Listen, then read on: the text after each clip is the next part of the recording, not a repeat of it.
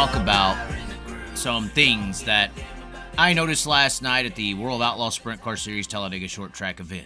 You know, we got to see a very interesting, action-packed race. You know, Brad Doty talked about it on Twitter, and I responded to him and how he had said it'd been so long since the World of Outlaws had been there. And I said, anytime they're on anything but a half-mile freight train, racetrack, I get amped up. And the southeast of America right now is decently warm. And yeah, there's some chances of rain, but not any crazier than any other part of the country. In fact, if you look at most of the country right now, everyone else is raining out but that southeast area. Like Talladega Short Track, and it looks like Magnolia tonight is going to race.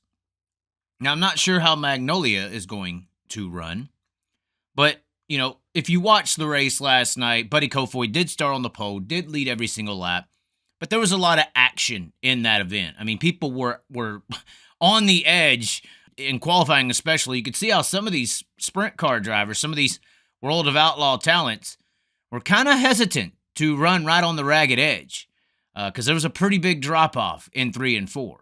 Yeah, the California guys shine just a little bit because on those types of tracks, you got to be able to drive. The race car ain't going to make it up for you on some of these little bull rings down there in the southeast and across this country. You can't get away with being an average talent on these short tracks. That's why I love these shorter tracks, because it takes a man to drive a sprint car on these shorter tracks. I really don't think, once you get over a 3/8 mile, let the car take over. And we see some of the talents who are at the back of the field who are usually traditionally in the top 10 at these facilities. And everybody calls them slot cars. That's because they only get to see most of the World Outlaw events on these big giant tracks where it is slot car racing. Now, it is unfortunate that one of the biggest fan bases in dirt track racing don't get served proper sprint car mills. My bigger point here is that part of the country races right now, and all these swings that the Outlaws have done over the last couple years are somewhat intriguing to me. Obviously, California has a very iffy spring schedule with rain and this year's snow. Pennsylvania's never been a perfect destination for traveling tourists this time of the year. And obviously, outside of Florida, these very minuscule areas of the Southeast and Arizona, we're not going to find any, sustainable, fan-friendly events. And if we're going to race at Talladega Short Track with the World of Outlaw Sprint Car Series, which I thought was an amazing race, once again, my question is, why is the World of Outlaw Sprint Car Series not going to more of these Southeastern race facilities after the February Florida events? There's a lot of race fans down there. And yes, they are traditionally late model fans, but let's be honest, that's because they get a horrible example of what sprint car racing is. And this little swing here of Magnolia and Talladega Short Track is the only professional, proper serving of sprint car racing that this region of the country is going to get all year long. There are 10 to 15 racetracks in the southeastern region of the United States that would put on some of the best damn sprint car racing you can see. But because we got these little cliques in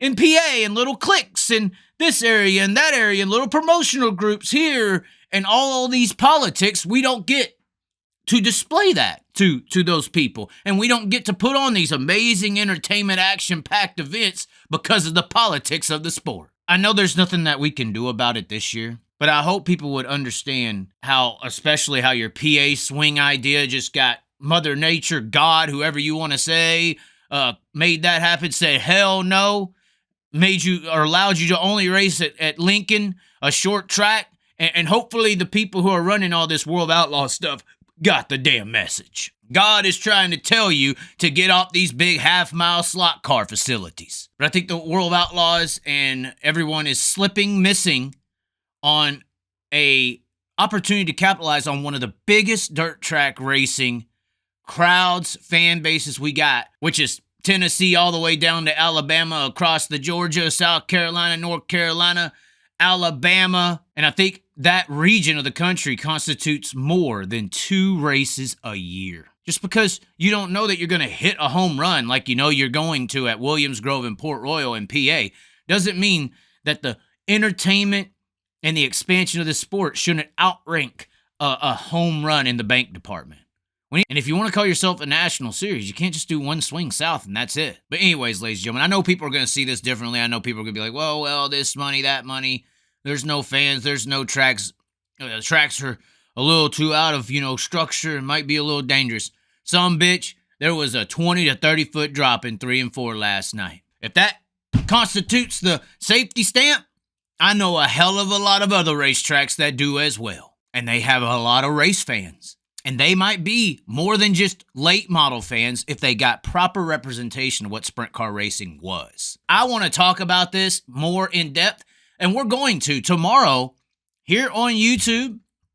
Be sure to subscribe to the channel and turn your notifications on because we will be having Dwayne Keith, Southern All-Star Late Model Series director and legendary, in my opinion, a lot of people's opinion, announcer from this Southeast region. And I'd like to talk to him about this. We'll probably talk about that. We're going to be talking about a bunch of things. So be sure to have your notifications on Dwayne Keith on tomorrow here on Long Live the Chaz live discussion. But it's going to be a very entertaining episode because I want to talk about stuff like this. And once again, I'm not hating on Pete Walton over there with the USCS. You're doing what you can do, and you're fighting the politics of the racing world, especially the sprint car racing world, so click-based and politically controlled. It is disgusting.